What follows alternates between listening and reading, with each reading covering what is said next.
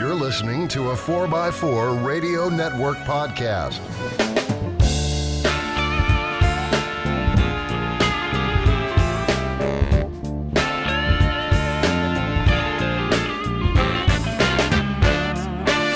Three, two, one. Happy New Year! I said that too loud for you, those of you who are sitting there going, ow, not so loud, Scott. Ow, ow, ow. Or as I like to say, yappy hoonier. Yappy hoonier. So with that, we're going to take it away. Kevin, why don't you introduce the show, buddy? Hey, Jeeples. Welcome to the January 1st episode of On the Trail with Kevin and Scott in a blessed new year 2021. Yes. Congrats to every one of our listeners, Patreons, corporate Patreons for surviving 2020. And to continue with Scott's bad joke, we can now live a full year of having true 2020 hindsight. And see, the worst part is after the fact, so I can't make the joke with the Ramones song, 2020, 24 hours to go. But see, by the time you hear this, that joke won't be good anymore. Won't be valid. So, I'm Kevin. For those that don't know, if you're coming new to the show, I am the engineer. I am an engineer. I'm the guy that reads instructions. There's a lot of other manuals too, and actually enjoys it. Mm-hmm. I tend to use the correct tools as long as I own them, and I'll actually follow the instructions because somebody figured them out. And I love writing letters back to manufacturers when their instructions don't quite work. And we'll bring that up here in a little bit as part of the show this year. And you are? And I am Scott. That's right. I am fresh from the parts counter, live and not at all direct from the Kevin studio.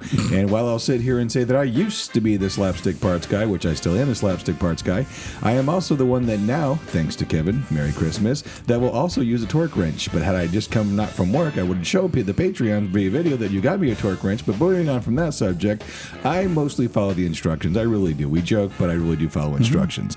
And but you still do use a lot of duct tape and zip ties. Yes, I do. And with that, while we will always share what worked for us, as well as what didn't, remember, it's always up to you to read the instructions. How about do your research? Do your research, read the instructions, and please follow them. I got that part right. You did, and I'm impressed with it. And it's, as we start our fifth year. Fifth year, yes. Yeah, that's wild.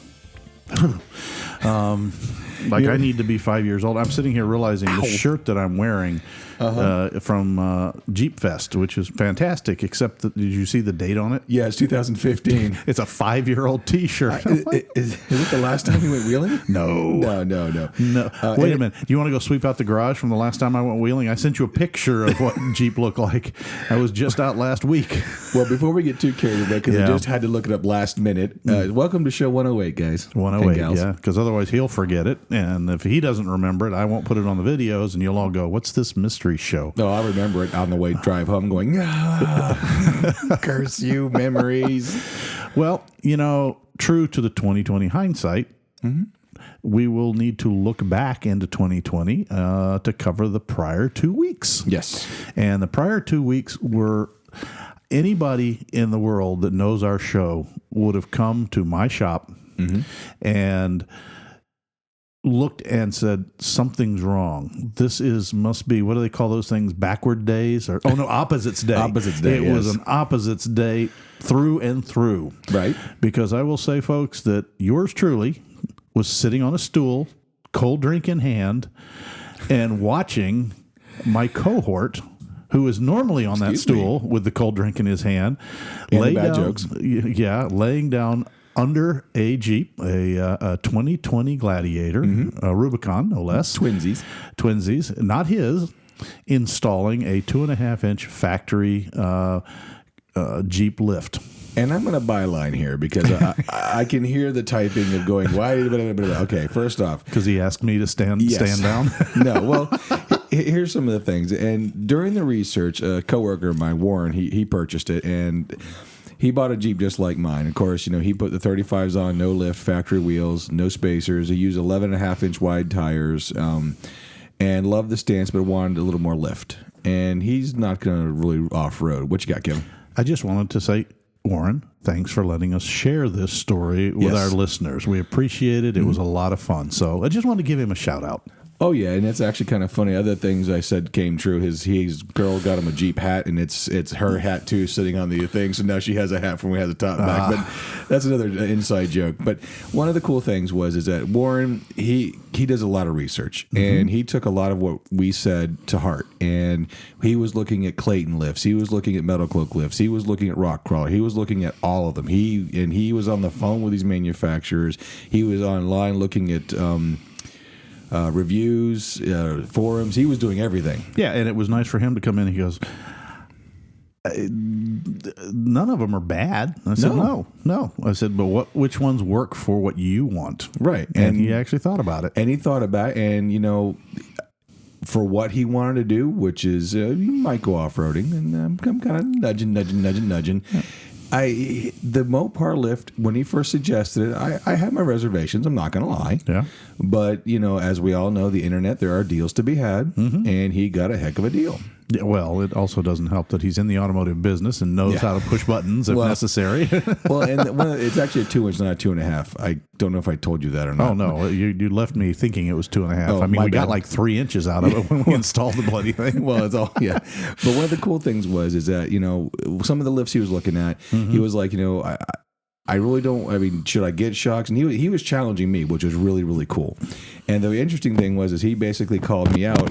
Oh, sorry, that's me bumping a cable. He basically said, Scott, you always talk about how you do all this stuff. Why don't you do it on my Jeep? Teach me. And I'm like, oh, goody. Time for me to put up or shut up now. Yeah, and Scott called me up and said, Kevin? And I said, the best way to learn is to teach. Yes. Absolutely. Well, and then that's the thing, too, is that, I learned by making a lot of mistakes. And the last thing I want to do is make a mistake and hurt somebody. So I told Kevin, I said, look, man, will you mind sitting down there and making sure I dot all my T's and cross all my T's? Yeah, dot all my T's and cross all my I's. But and yes, I made sure he didn't do that.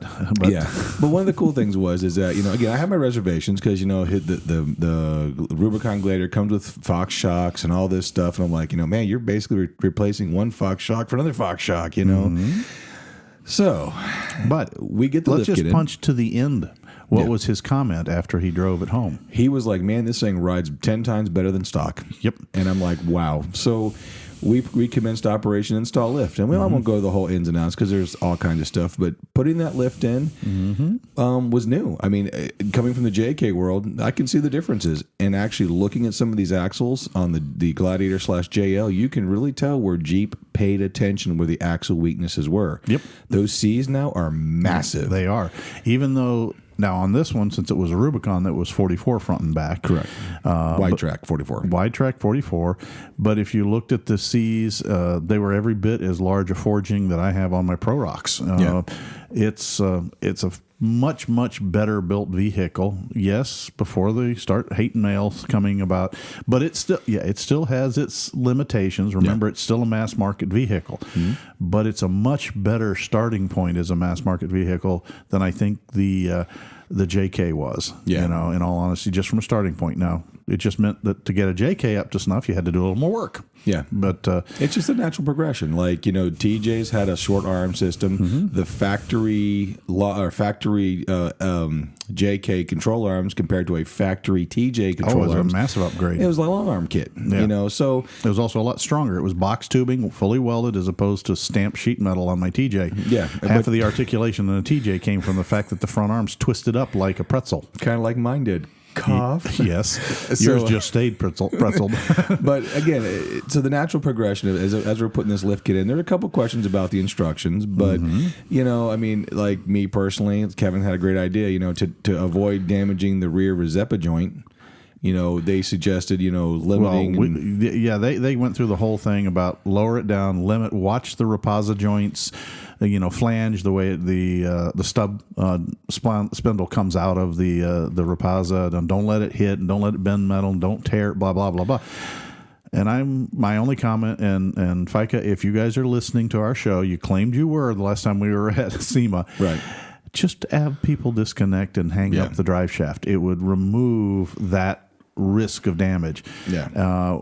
The only weird spot that I did jump in, probably full tilt, was to help get the new rear springs in, and we had to use a spring compressor. Yeah. And I wasn't about to let somebody, cock a loaded gun. If you ever use a spring compressor, you know what I'm talking about. Right. For the first time without a little bit of support. Yeah, no, I'm glad you stepped in. But all in all, I mean, again, it's just typical. The instructions say 4 hours. You break for lunch. You find the 10 millimeter you lost 22 times. Mm-hmm. And it's a good full day later. Getting everything dialed in, I mean, the Jeep stance is nice. It looked great. Had every part. Mm-hmm. We did not have to make a parts run for anything. Right. Think about that. Compared to many installs that we've done over the years and more that I've done on my own, I was impressed with this kit. Yeah. Quality was there. The kit is fixed length replacement lower arms to the front that actually that despite the lift, kept the alignment dang near perfectly on. And the only thing, and you have to expect it because we did not change the track bar, but you lift the axle, that's going to move your axles about a half inch to the one side. Yeah. Which turned off the steering wheel. Not turned off, but turned it off center. Yeah. And we had to do a preliminary reset so that he didn't drive home and get the steering angle. Freak out. Well, and it's funny because he texted me later after he was home. He's like, man, it drove straight. The steering wheel was great. He's one of these OCD guys. His steering wheel has got to be straight. He's like, man, you guys are really impressed. So thanks, Kevin. You made me look really good. Yeah, that was one where I stepped in with my high-tech Mason's Twine front-end alignment system. One of the coolest things that Kevin and I realized, again, that it was in the instructions. Mm-hmm. It's go up there and remove this clip from the frame rail. Yeah. And they even extended the wiring harnesses to the sensors by 3 inches. Right. That's built into the factory. Now, I don't know if it's in all of them, but it's in the Rubicon. It may be in all of them because this instruction was for all. Yeah, pretty much. You go up there, and if you follow the wheel speed sensors, the ABS sensors and that kind of things, and even the brake lines up to where they mount to the frame, and then you look up, you'll see that the line goes and doubles back on itself with a little plastic strap holding kind of a U-shaped loop in it. Yeah. And they tell you to disconnect that, stretch it back out, and then replace the clip. And boom, there's your extended brake lines. Yeah, everything. It's like, wow, even the wiring to the sensors, everything. So, but honestly, stepping back away, when he first told me he was looking at that lift, I was apprehensive. But after installing it, seeing it, driving it, riding, he let me take it for a spin. You know what? I am thoroughly impressed. That is actually maybe in the wheelhouse for Dory's. It was a nicely done kit. It really was. Now, folks, if you're going to go out there and slog through the rock bouncing and the wanting the maximum articulation, ride be blasted. I won't say the word I usually use. Yeah, it's not for you. No. But if you're looking for a solid lift, just to get you, when you put 35s on, yes, they fit, but they kind of fill up the wheel well a little bit, and you want to get yourself a little bit of airspace and feel like you got a little more of a lift for riding in the cab. I was impressed. It's a well-made system. Mm-hmm. The parts were fantastic. They were, I was kind of expecting, okay, this is a dealer lift. It can't be all that. No, it was right up there with some of the great ones. Yeah, it's not a Heim joint or a Heim joint derivative. It's a regular bushing system. I'm sorry, I'm pulling a natural rubber. Yeah, no, I'm talking the Johnny joint. No, the regular bushings have a term too. I just can't. Cleveite. Okay. They're regular Cleveite bushings. That's the problem when you get old, folks.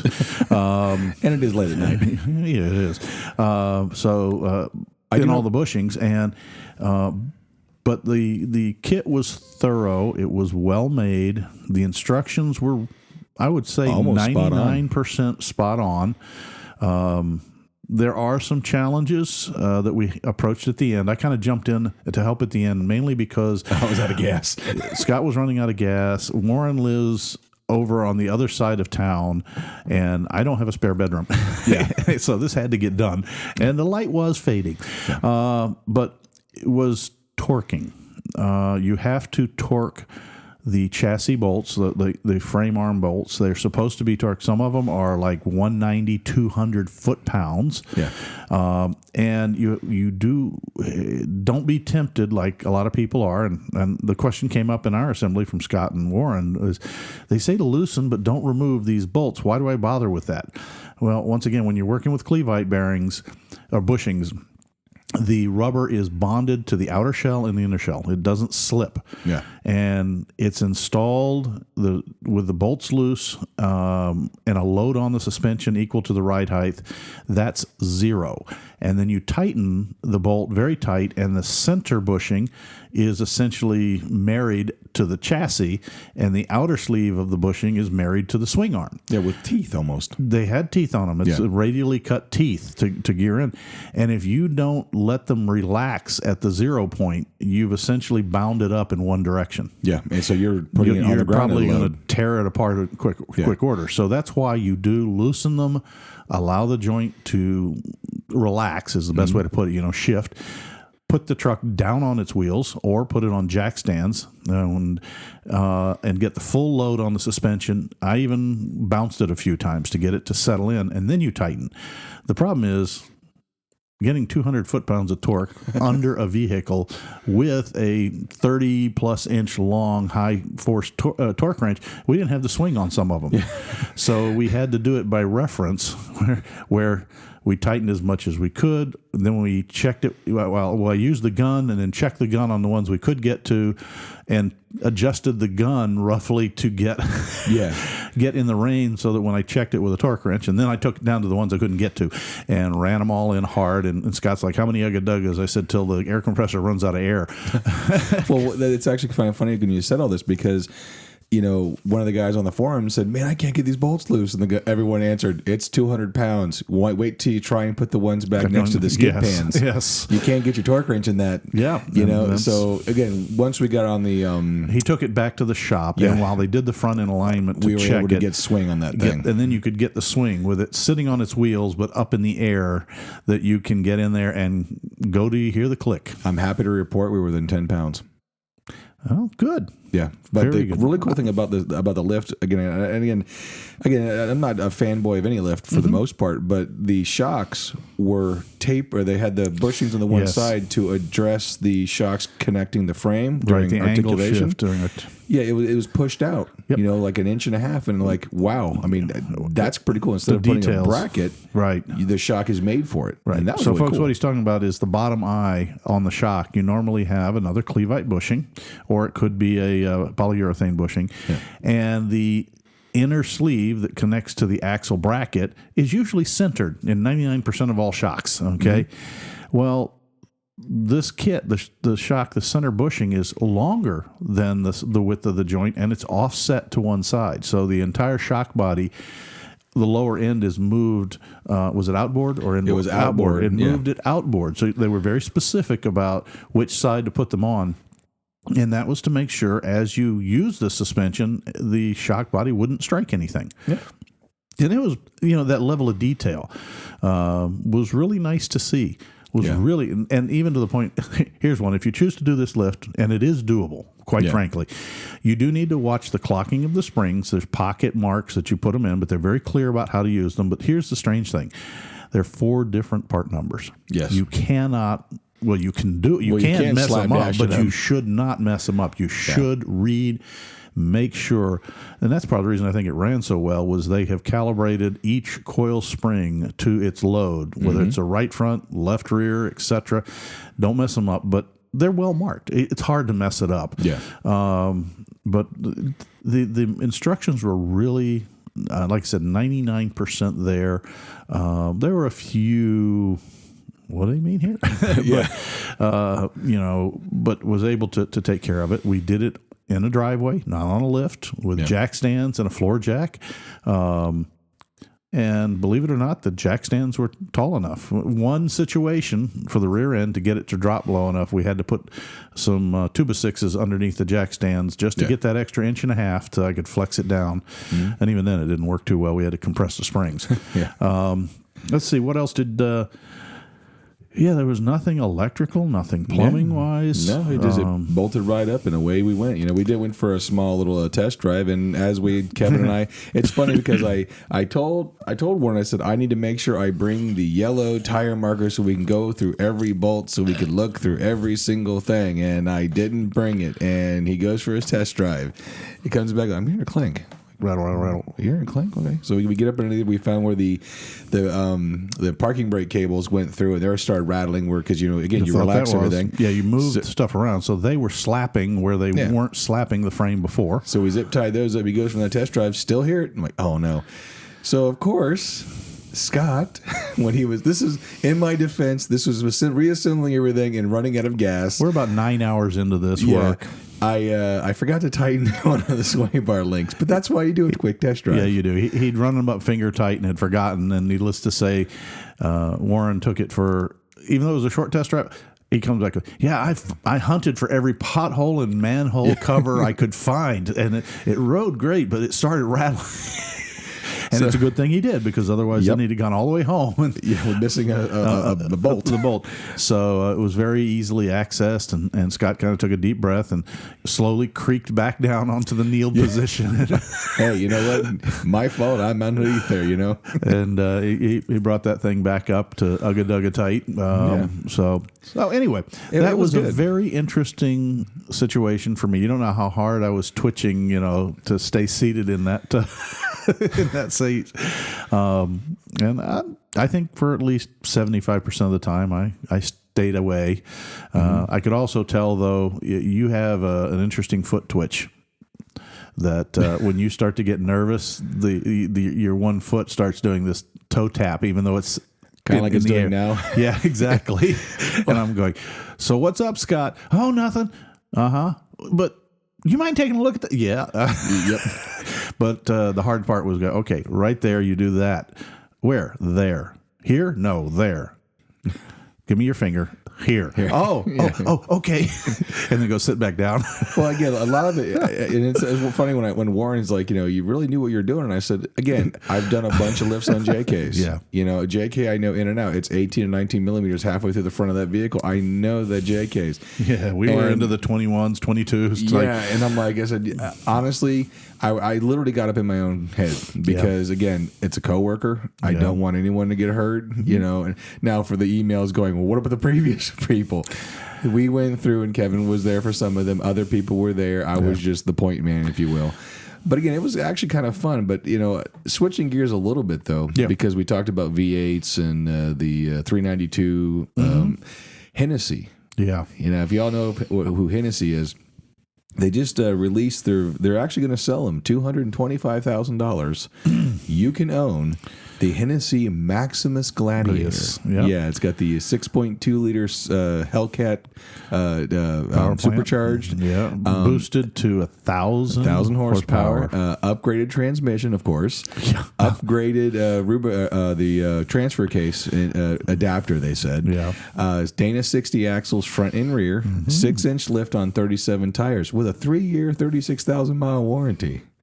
Try to collect on that one. Yeah, well, it's Hennessy. They've stood behind stuff before. Oh, they have. But I'm just sitting here going, okie dokie, no, thanks. And again, not anti-Gladiator, and this will probably drive a few of you, including the Gladiator owner across the table from me. A little bit. I'm thick-skinned. It's big.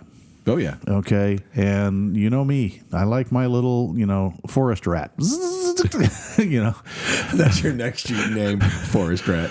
Well, if we had a forest, this one would have been named that, but we don't have any down here. You got one like 300 feet that way. That's not a forest. Okay. That's scrub. The biggest tree out there is probably, 12 inches in diameter. No, I'm talking about, you get me up in the mountains, the Appalachians, out in the proper forest. Yeah, where I can go find an old fire road or an old logging trail. I tell you what, I still will, and I haven't been everywhere, folks, but my favorite off-roading adventure to date has been Alaska. And it was through the timber log areas. What was I can't remember right now of which of the forests it was. It wasn't up in the main part. It was down lower, like off down in the Panhandle area, right. Skagway area. And I can't remember the reserves out there. They've since grown back up. But taking the logging trails with a Jeep team up through that thing and running the ridges and, digging through the trees and then finally popping out and finding yourself, 6,000 feet up on the side of a mountain. Whoa, that's a long way down. And exactly. Well, I still remember the trail lead. Trees, cliff. He's like, all right, this last run's going to probably get you. And he says, it's beautiful, it's gorgeous, but follow the Jeep behind you. You're not going to be able to see off either side. It gets really tight. There's some deep grasses. He wasn't kidding. And I'll explain that comment in a minute.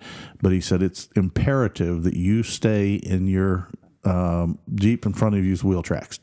Don't try to move to either side. Just stay there. Stay in your lane. Stay right there. And it's okay. Everybody's going, okay. And we're getting slower. And we found out later you got slower because you couldn't help but hit the brakes. You didn't go either way, either side, but you're coming through the forest, and it starts to get broken canopy. And lo and behold, then you go into like this grassy area, and you realize we're up, but the grass gets real deep. We're talking, I don't know if it really was grass or what the heck it was. I've never seen grass that was, 4.5, 5 feet tall, other than a savanna grass. Wait, you live in Florida during the summer. You wait a week. Yeah, no, it didn't get that tall. That bends over. This was standing upright. And right. You're watching it slap the bottom of the mirrors, as you're driving down. Wow. And you're going, I can't really see anything. This is weird. Okay. But then all of a sudden you come to a stop. The Jeep in front of you stopped. And then it goes on a little further, and then it stops again. And it goes a little further and it stops again. And I'm going, what the heck's going on? And then you see the Jeep in front of you kind of goose it. And all of a sudden he slams on the brakes. And they sit there. And I'm kind of going, well, I don't see anything to stop for.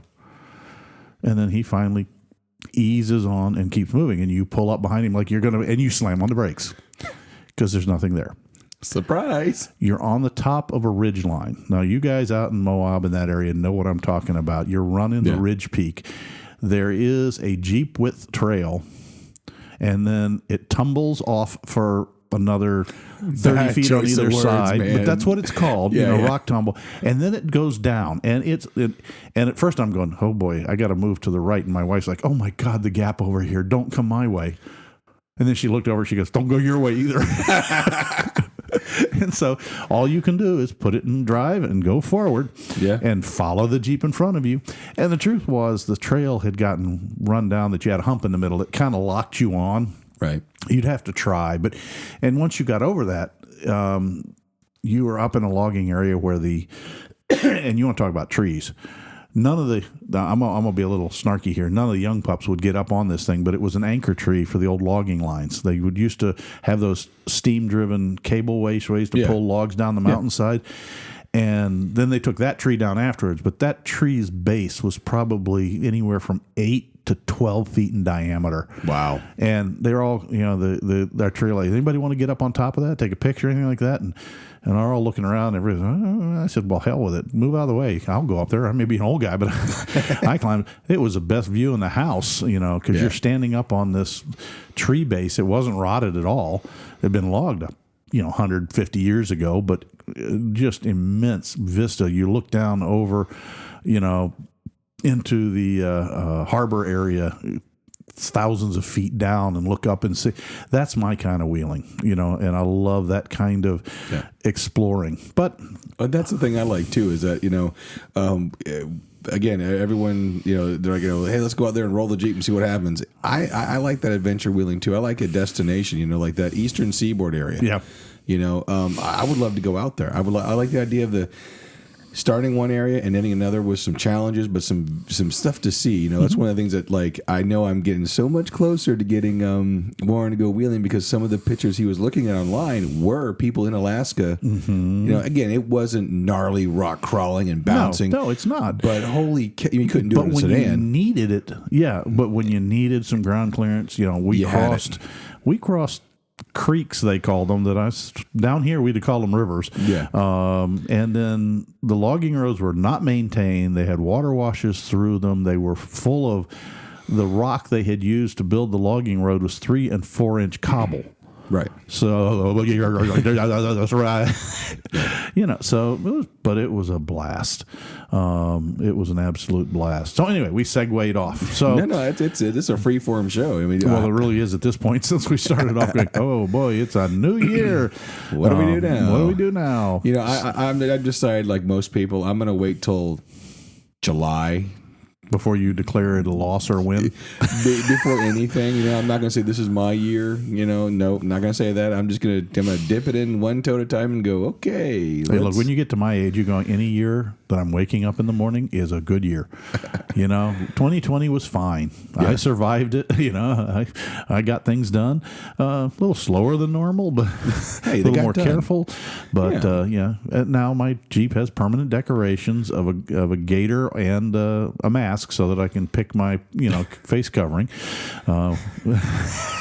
I said it at work the other day. I said, I got to wash my face diaper tonight. And everyone started dying laughing. You're right on with that. I said, yeah, you ever sneeze in this thing? Yeah, exactly. It's the same function as a diaper. You're wearing a gator, you just flip it upside down or turn it around. You got 3 times more to do it. You're fine, Well, that's what I try and explain to people when they say, well, why do we have to wear a mask? It's, I'm not going to get sick. I said, no, it's not.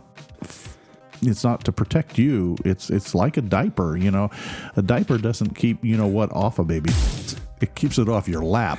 So I gotta bleep that out now. Starting 2020 with a good one. There, take that picture. Hey, it's to be expected from me. Yeah. You want to take a quick break and move on over to the garage segment because you talked about an 84. Yeah, Jeep. We will talk about that. So go ahead and take your break. And do your announcing.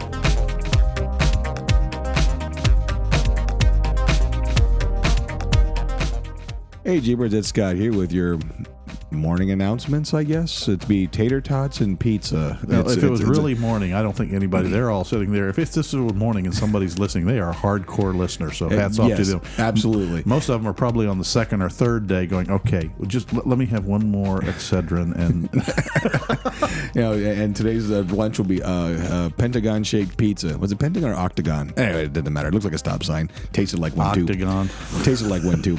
But anyways, so as we always say, take time to check out the onthetrail.com website because I forgot other things. Also, you want to become a Patreon, see the show. Again, as little as $1 a month. Thank you to all of our corporate Patreons and also to the 4x4 Radio Network. I was about to say, that was the part you're supposed to remember. Yes. I can't remember much. Okay, I did wear pants. Okay, that's good. 2021's off to a good start. But anyways, with that... Especially for me, then. Hey, there's a desk here. You're fine. Just don't drop a pen. You'll be all right. On that note, Patreon, you getting this? The guy's about to ready to snort laugh. Anyways, on that note, we are going to tippy tire on into Kevin's garage.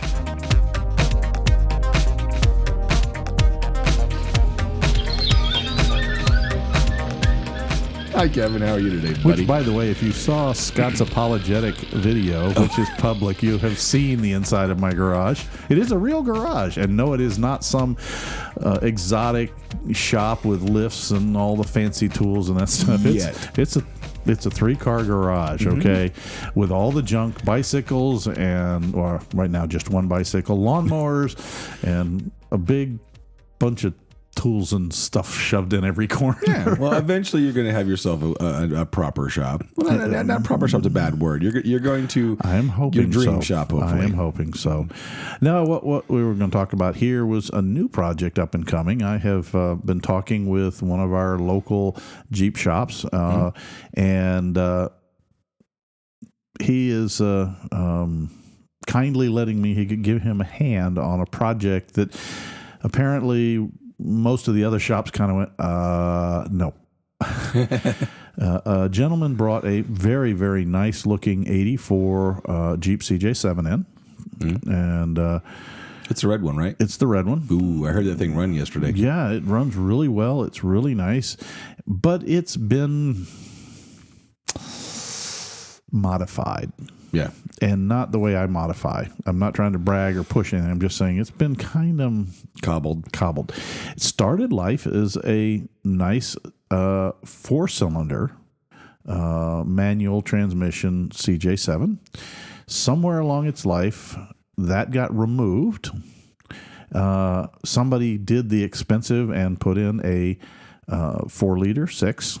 At least it stayed Jeep. But that's where it gets a little strange because it's not a 4-liter 6 that would be appropriate to that year Jeep. Okay. It's not even an early YJ. It's a either very late YJ or early TJ motor. Oh, so they didn't put the 4.2 with the 4.0 head. They just put I don't know. There's Okay. not enough info for that, but it has the horseshoe manifold. What? Like our Jeeps have, Right, as opposed to the log manifold that should have been on it at You're that right. time. That's why I went, But it's also, somebody's put a carburetor on it. It has a General Motors coil-on rotor cap distributor. Yeah, it's been creatively constructed. So it's a parts bin. Well, maybe. Now, I remember going back that there used to be, I can't remember if it was ever factory, and you guys can correct me on that if it ever came with a GM distributor, but I don't believe the 4-liter ever did. But I do recall back in the bad old days of the Renix ignition systems and those kinds of things, there was an aftermarket company that provided a General Motors HEI type distributor that it was modified to drop into a Jeep 4-liter. I can't remember, but I think my 88 Comanche had it. Okay, it may have been a factory. I can't remember because I remember having the 2-prong on one side, 3-prong ignition module that was set down inside of it. This isn't like that. I know what you're talking about. No, you're right because I had the star spinny thingy inside. Yeah, that was this one's got points. Okay. But it's got the coil pack on the cap. Oh, okay. No, I didn't have that. So it's kind of I'm going okie dokie, but whoever did the swap didn't know enough to remove the Renix wiring system. So there's connectors and wires hanging all over this. It's also got an alternator from a late model TJ in it, which is kind of interestingly wired. But on the firewall, you will still see a regulator. And there are wires to it, but there's also a lot of wires in between that are cut and hang. Long story short, what the gentleman is asking for is, would somebody rewire my Jeep for me? New. Just do a complete new harness. Yeah. And Mark was in the kind of a mode. And I said, hey, Mark, if you want some help on that. And he looked at me and said, seriously? I said, yeah, as in I want to play. To me, this would look like fun. Yeah. And he goes, okay. So I'm going to go do a little subcontracting for him. And I've already gone and dug out the 84 manual. And sure enough, the 84 service manual, wiring diagram, and it looks exactly like the rat's nest that's hanging loose on the side of the engine. And we are ordering I won't call it universal, but it is a multi-year crossover wiring harness from Painless as soon as it comes in. Sweet. And it does have, it's not quite as versatile as the American Auto Wire that we used in the previous CJ7, but that had an LS and a computer system, and so I had to have that ultimate harness. Yeah. This one's a little simpler, but it's got the necessary leads to get you from about, let's say 79 to 86. Okay. But you have to it's got the body harness, which is consistent, but then the rest of it, you got bundles of wires and plug-ins and you cut to fit. So what I've got is an 86 manual, and I'm using that because the motor most closely wires up like an 86. Okay, not perfect, but it's closer. Right. As far as where gives you a clean blank slate to work with. And we're going to construct a one-of-a-kind custom harness hybrid. Sweet. And I'm really looking forward to it. And everybody who hears me say that go, you're weird. Yeah. Well, it's something different. It is. It's a challenge. It's using your skill set. It's a little bit of a challenge. But in truth, everybody that got nervous, I looked at it, I said, look, it's a Jeep alternator. Okay. Yeah. The kit connects to a Jeep alternator. I get to pick the year of the plug, and the harness is already there. Right. The engine, this I'll give whoever did the swap kudos for, big time. That GM style alternator, distributor, one wire. Nice. One ignition wire. That's cool, man. And that's it. The carburetor is a 2-barrel Holly. Really? Yeah. And, they actually had those in a lot of the GMs, but it's not your usual. Everybody looks at it and says, oh, that's a 2-barrel Carter, which is common. You saw those in a lot of the 70s vehicles. Right. But you look down this thing and you realize there's progressive linkage. It's half of a 4-barrel. So you run on 1 barrel for economy, and when you stomp on it, the secondary opens up. Secondary, not plural. Yeah, opens. I even said the same thing there. The secondary. So wait, now it's not 650 CFM, but it has an electric choke on it. Yeah, which is just a 12-volt lead, goes on with a key, and that's all. Yep. So really, the engine itself, which normally would be the headache, is been simplified down to the point that, all right, I got a temperature sensor, got an oil pressure sensor. I don't have a NOx sensor anymore. I don't have it. But, you're looking down at this thing and, okay, that's got like I said, a late model horseshoe manifold, but it has a single 6-into-1 exhaust. And I'm sorry, coming from the parts world, I am having a hard time wrapping my head around this. Well, and guess what's hanging off that 6-into-1 exhaust? It gives me a better idea of the year. A head? No, an O2 sensor. It's not wired to anything. The wire is just hanging there. But you realize that at least the harness came from a fuel-injected engine. Is there a computer? No. Like I said, it's got a carburetor on it. Okay? But because you can take a fuel-injected engine and swap it out. Right. So I have yet to have a chance to dig deep enough to see if there are ports in this horseshoe head for the injectors, and are they plugged? Okay, yeah, because that's a big. See, again, I'm trying to wonder if with a horseshoe head, with a horseshoe intake, it should have. But I think there's a few horseshoes that were on carbureteds before they threw away the log manifolds. The only thing I can think of, as me and you talking, is I know the 4.0 head on a 4.2 engine is a very popular swap. It is, but I'm talking about the manifold. I know, that's why I'm kind of the wondering. Horseshoe manifold. Most of them you see have the injector ports for the fuel injection. This doesn't have fuel injection. Now, like I said, I was too busy goggling at the wiring, trying to figure out if this was a foolish project or if it'd be fun to go back and start doing that retroactively, because I have heard of people taking the putting an adapter on the log, on the horseshoe. I've heard them doing it on the log manifold, but I don't see why it couldn't be done on the horseshoe. And you just take where the injector plugs in, and they tap it with a national pipe thread tap, and they run a tap down, run a pipe plug in it. So I'm going to look for that the next time. And so, folks, to all of you out there in listener land, if you're interested in the tech stuff, let us know, because I'll give you reports as this goes along. I'm estimating that it's going to be 2 to 3 days. The biggest thing really isn't. This sounds really weird. It isn't really the engine bay. Right. It's not even the dash, even though the dash is a little bit fiddly. Yeah. It's getting the back taillights in. The driver's sides are easy. The passenger side, you got to drop the fuel tank to get the wire across. I was going to say, you didn't shift gear. Like, warn me with a clutch next time. We went from engine bay wiring to the tail lamp wiring. I just followed the harness down the side. But all of the TJs, YJs, CJs, that crossover harness runs right in the frame C channel at the end of the tailgate, right above the fuel tank. And you remember helping me take mine down? We had to take that whole row of bolts off and the 3 up front. Slowly let the whole thing down. I know. And we were lucky none of them broke. But that flange line up there, I pointed out to you, that was where the convoluted wire loom went across. Yep. And some people say, oh, you can just rip it out. Not if I'm getting a client who wants a full-on harness restoration. The tank comes down. Mm-hmm. Now there's no fuel pump in it. There's just a fuel pickup and a gauge. So I do have to run the wire for the gauge.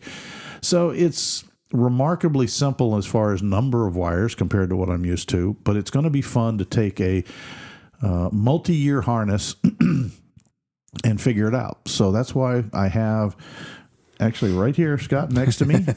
And for the Patreon's sake,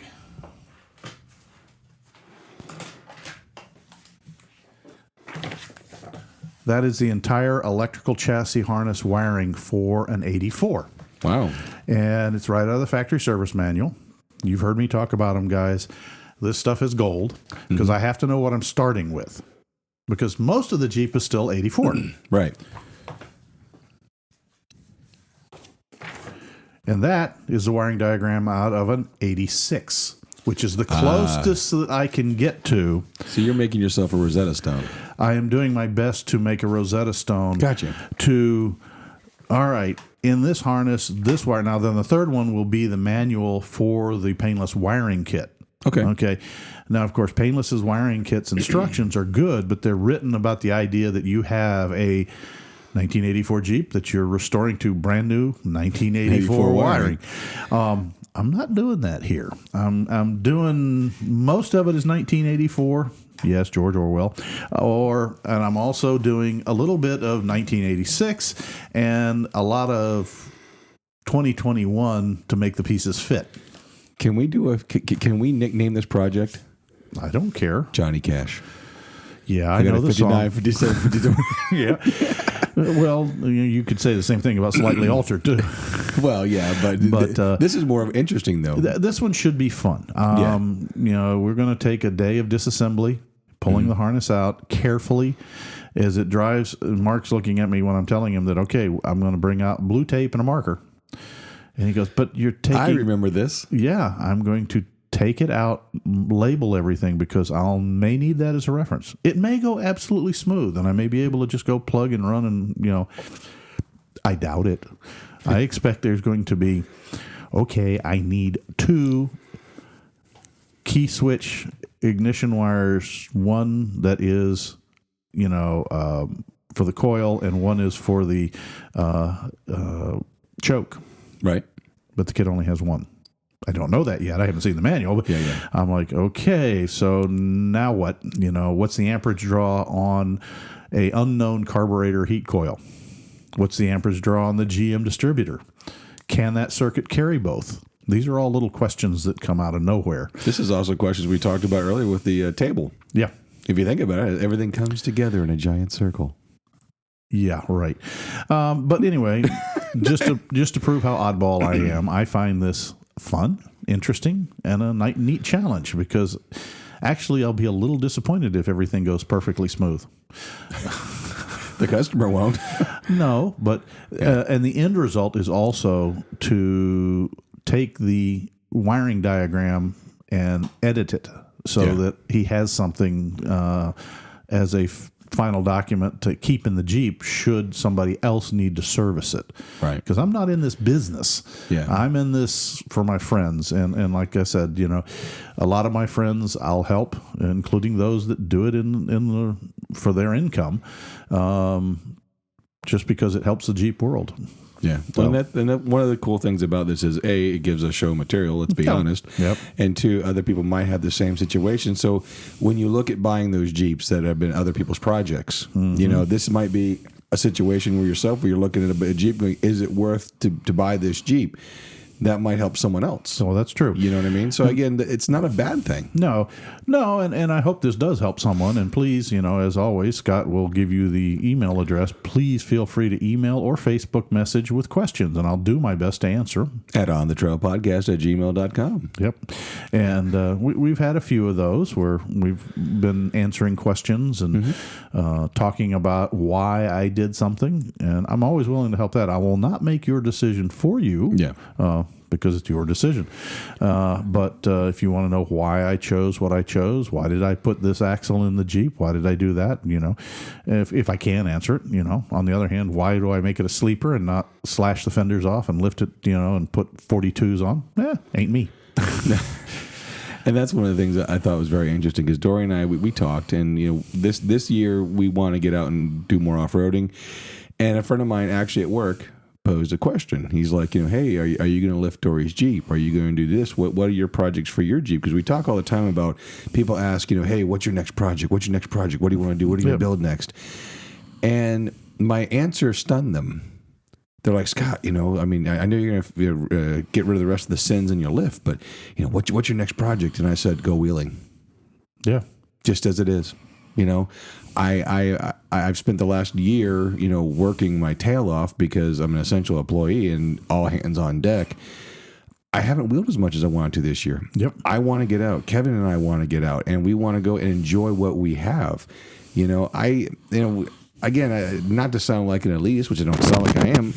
ooh. Yeah, I think that's the bad cable. Yeah, not to sound like I am, but again, don't take it the wrong way, but I'm okay wheeling what I have. Yeah. You know, I found an LJ that, again, I had to work through some sins, but my 4-inch lift, even though my eye's twitching, you know, I got a good set of tires. I want to go and learn. I want to go out there and brush and dust off these skills that I haven't really used. You know, I mean, we got our little fun play area we play with, but I want to go dust off these skills. I want to go wheeling. I just want to enjoy what I have. You know what I mean? And one of the challenges we have down here, folks, unfortunately, is where we are. It had to do with where I came to work and where Scott works and his wife. There's not much beyond sand pitting around here. There's a couple of pay-per-run areas. Yeah. There's some public lands. They're pretty, in a 1 to 10 scale, they're 0.5. Yeah. You know, And even then, they shut those down. Yeah. They didn't want any large groups through there. Yeah. Well, that was more COVID related. They didn't want the you go in the 2Z, 3Zs, you're okay. And so from that perspective, and we're not asking for sympathy, we just normally we every year haul our Jeeps and our what's up north and get up into North Georgia, Jasper, Tennessee area, all of those, and that's a blast. That's my kind of wheeling. I love it. But this year we didn't get there. We didn't get to SEMA. We didn't get to a lot of places courtesy of 2020. So I'm with you, Scott. I want to get out there and get gone. Go disappear for a while. Some dirt therapy. Yeah, and we'll make some time. We'll make some time. I'm very envious of Mark because he tells me about it. He says, I own the shop. I just go, you know what? I'm closed this week. Sorry, folks. Bye. And he disappears into Tennessee, ran out to Utah. My boss walked up today and goes, hey, Scott, you're carrying over 40 hours, right? I said, yeah. So I'm leaving the 1st of February. I'm gone for a week, going to North Carolina for family, but I'm leaving and I have more. Actually, I'm only taking 2 days, but the point is, though, is that I told them flat out, I'm going to be using my vacation this year. Yeah. I'm going to go away. I want to go do these things. But as far as, if someone ever asked you, what's your next project? It's okay to say, I just want to go wheeling. We talk about it. One of our most common emails is, hey, man, what should be my first mod? And we tell them, sway bar links, disconnects. It's an easy one. And then go wheel it and get used to it and see what you like. Go learn it. Go out there and have fun. Enjoy what you have. Life is too short. Take that off-road trip. Yeah. Take the time with friends. Build friends. Build family. Go and enjoy these things. Make memories. And you'll find out that a Jeep, doesn't matter if it's a TJ, CJ, LJ, YJ, or whatever J's, you can go out there and have fun with it. Yeah. You may have to pick a go around. You may choose to pick a go around. For example, I'll be honest, I'm the first one that will take the go around on the mud pit. Yeah. Okay. I've done enough of that.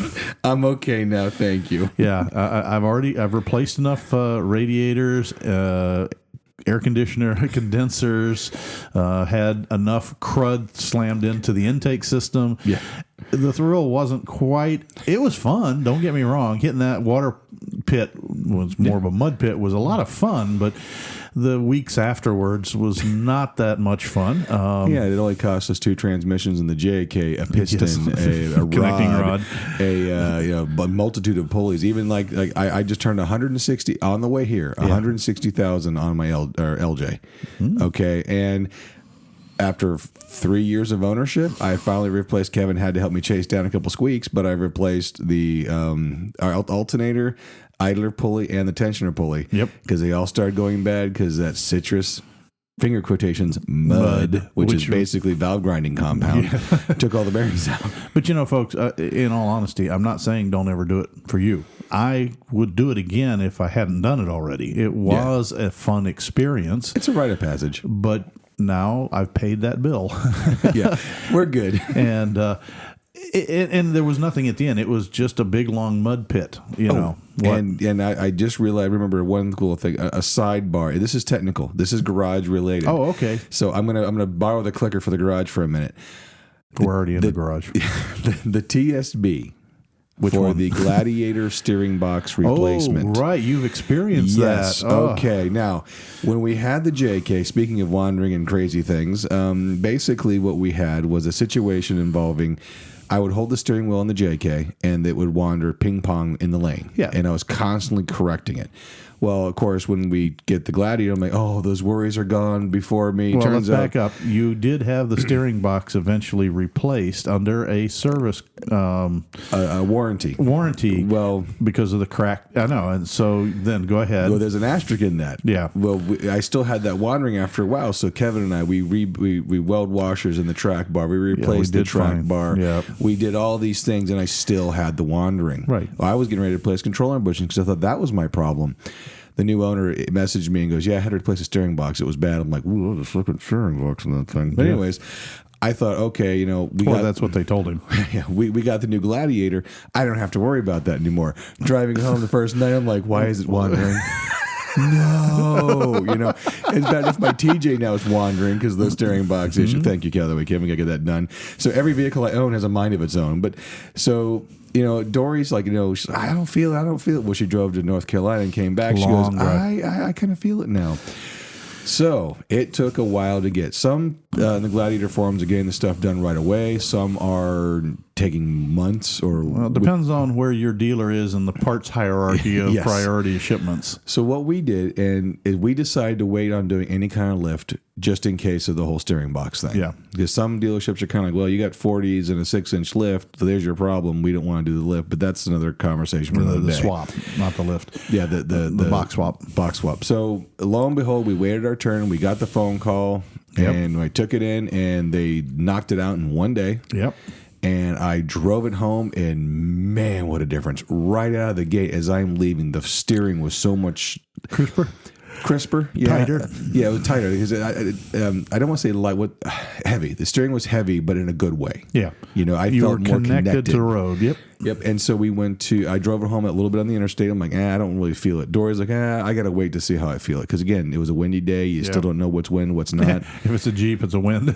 Yeah, pretty much. But so we went to Orlando. Mm-hmm. And man, the whole way there, drove like a dream. So if you have a Gladiator, I think it also covers some JL models. Mm-hmm. Get your TSB done. Yeah. Get it done because it is day and night difference. And again, I don't know. I think it's the structural. I think it has to do with the box too because you have to replace the bolts. But I think it goes from. The box is made differently and out of different materials. Yeah. So you're getting You went from an aluminum box to a cast iron box. You went to a heavier flan with webbing that mounted it, so it required larger, longer bolts to bolt it in. Right. And that stabilized a lot of the flex, the only way to put it, that was allowing the movement. And you didn't feel it as bad initially simply because of the longer wheelbase. The longer the wheelbase, the more trail it has behind it. Yeah. And so the wander doesn't happen. You get nice and short wheelbases, and you have squirrely up front, and the thing wants to do the cha-cha on you. Yeah. It's like the Jeep handling mullet, squirrely in the front and cha-cha in the back. Sorry, I had to resist. I couldn't resist that. Kids. Yeah, you did. Well, Scott, I think we have bored these good people well enough if they're even awake. It has been a strange, after New Year's. Well, literally, the magic's gone. If you look at the time now, it's like, man, it's almost time to pop champagne for the pre-party for the next day. Oh Lord. Anyhow, well, to that end, we will keep you guys apprised of the progress on the red. CJ. Johnny Cash. Yeah, Johnny Cash. See if there's any interesting development there, or if it's a no-brainer.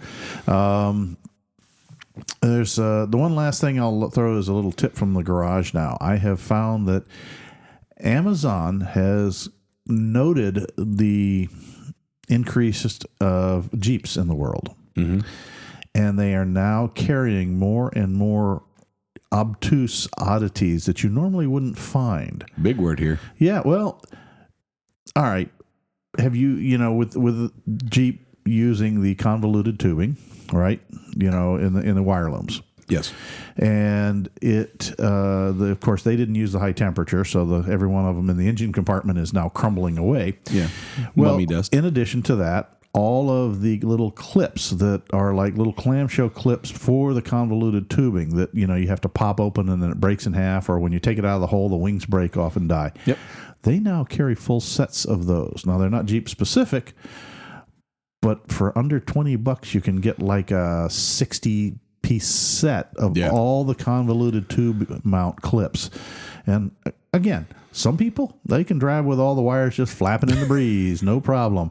I can't. Drives me nuts, that I want the thing mounted. They even have the reversible zip ties.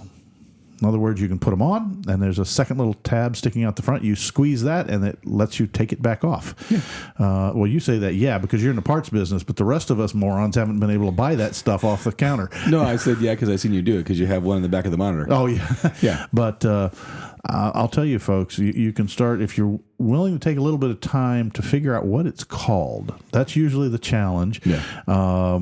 And I got them in, and the tidbit hint, it's not perfect, but of course there's the real cheap ones, but they're usually made of simple PVC plastics or phenolics. Not phenolics, I'm sorry.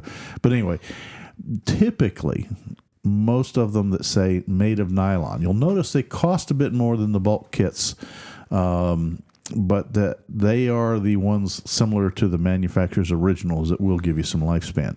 Sweet. So there's a lot of little toys out there that I'm using to clean up. The last thing I'll throw out was the horn.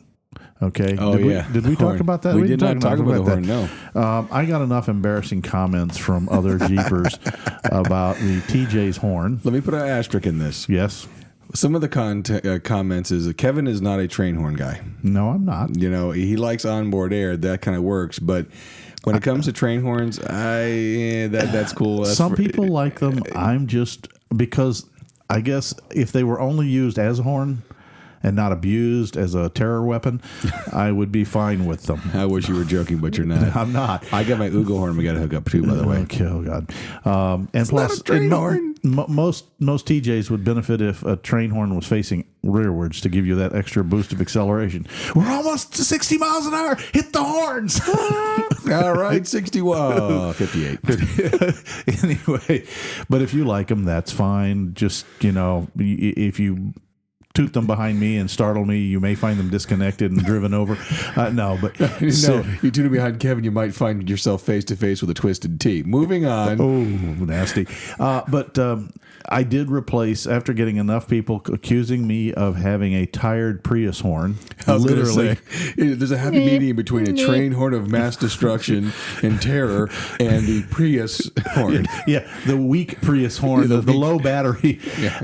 And I was like, okay. The anemic Prius horn. Yeah, enough said. So I did find out that I was able to get a pair of deliberately mismatched, what they call tonal mismatch. Yeah, you got a high and low note horn that kind of gives, but they clash. Yeah. And was able to make a little sub harness to plug into the Jeep harness, so I didn't have to cut into my factory wiring any more than I have to, and then mounted them underneath. And actually, the very first day, we'll glad to say they actually saved me from an accident. Okay. I was coming out of coming down the road, and a gentleman, it was on Hillsborough Avenue, just out of nowhere on a side street, just barreling out of there. And I laid on the horn and locked up the brakes, and he panicked. His eyes turned white, and he slammed on the brakes and slid off into the side, not into the ditch quite, right, but I do believe the slightly altered dark paint scheme tends to make it disappear in the evenings, even though I've got more lights on it than my Christmas tree sometimes. So basically what you're telling me is that when you hit the horns, because you said the horns kind of clash, you rocked his Casbah? Pretty much. Okay. Did I say that right? Mm-hmm. Okay, good. Yeah, so that's another little tip. If you get to the point that you're sitting behind somebody who's facing the phone and the lights turned green 30 seconds ago, and you're going exactly, and they're not even looking up from their horn, you can fix that. Yes. What brand was it, if you don't mind? Hella. Hella? Okay. It's Hella. Just the same people make lights, make horns, and it turns out when you see them, when you see the bodies and the casting materials on them, they're the same style horn exactly off the Jeep. Sweet. The difference was I didn't order them with a vehicle-specific connector. I ordered them with the universal, which are just the tabs you plug onto with a regular spade connector. Sweet. And then I took the old connector off of the old horn since it was dying, ground it down and cut it and turned it into an inline connector so that I plugged it right into the harness. Sweet. So those are some of those little simple things that I think it was $16 for a pair of the Hella horns, and changed it, and it definitely made a difference. The TJ is now commands a little attention if necessary. I don't like to use it too much, but if somebody's going to hit me, they'll have to change their face diaper and their other diaper. Yeah, well, they'll lose. But I'd rather not have to repair another set of side steps again. Well, that's like whenever the guys at work looked at me the other day, they go, "Man, you got all the armor around your Jeep." And I said, "Yeah," and people still want to road rage me. Yeah. You wonder what's going on. That's wonder. You're driving a Corolla, man. I got more metal in my bumper than you do in your quarter panel. Don't. Just don't. Just don't. Go away. Go be angry somewhere else. Well, folks, we hope you all have a great focus on this new 2021 and make it everything that 2020 wasn't for you. We're still, like Scott says, wearing the face diapers and dealing with that. And I know not everybody in the world is. Not everybody in the country is. But remember, you're not wearing it for you. You're wearing it for everyone else, so you don't cough at them and kind of pollute them with your germs. We are looking forward to a brighter year, hopefully more opportunities, and I don't know. For some reason, I'm just kind of in that hopeful mode. I think it's going to be a good year. It's been a year of despair, and I'm actually with my head held high going, you know what? Let's just see what happens. Yep. And we will make it to either Georgia or Tennessee this year. Yeah, absolutely. And I'll put the quarter in the jar for that. I'll put 50 cents because I want to go. Yeah, well, even Susan is saying, we need to go somewhere. Yeah, no. She's so used to not having to worry about going somewhere because there's always been a Jeep event that we needed to go to, or this that we needed to go to, or Las Vegas for the SEMA show to go to, and everything fell apart. Well, I got the directive because, well, not really directive, but Dory's like, we need to go somewhere. So we thought, okay, first of the year, let's just go see the Niagara Falls and go for that little vacation, spend some time. And then we saw the places are closed, like Canada. Yeah. I'm like, well, I guess we're not doing that. Well, you really, I don't know. Well, I'm not going to go there. But anyway, folks, what we were trying to say is enough time, and we really do want to go find a place to go lock hubs, put the Jeep in 4-low, and hit a trail. Absolutely. So on that, remember, it's always up to you to make sure you do the correct thing, to wheel legal, tread lightly, take nothing but pictures, memories, and your trash when you leave the trail. Please, because we want to keep the trails open if they reopen them. So was that a good save? That was close enough. Okay, that was close enough. Because I'm like, wait a minute, I'm doing the intro. I'm tired, people. You are. It's been a long day. It's now 10:16 our time in the evening. So Scott's still got to drive halfway across Tampa to get back to his place. So 32 miles. 32 miles. So anyway, y'all have a good one. 2021, new year, new attitude. It doesn't have to be a new Jeep. Just get out there and use it. Exactly. See you later. Bye. Bye. Proceeding has been provided for entertainment only. Proper service and repair procedures are vital to the safe, reliable operation of all motor vehicles, as well as personal safety of those performing those repairs. Standard safety procedures and precaution, including the use of safety goggles and proper tools and equipment, should be followed at all times to eliminate the possibility of personal injury or improper service which could damage the vehicle or compromise its safety. What he said. Thanks a lot for listening, guys. You guys have a great day. Bye.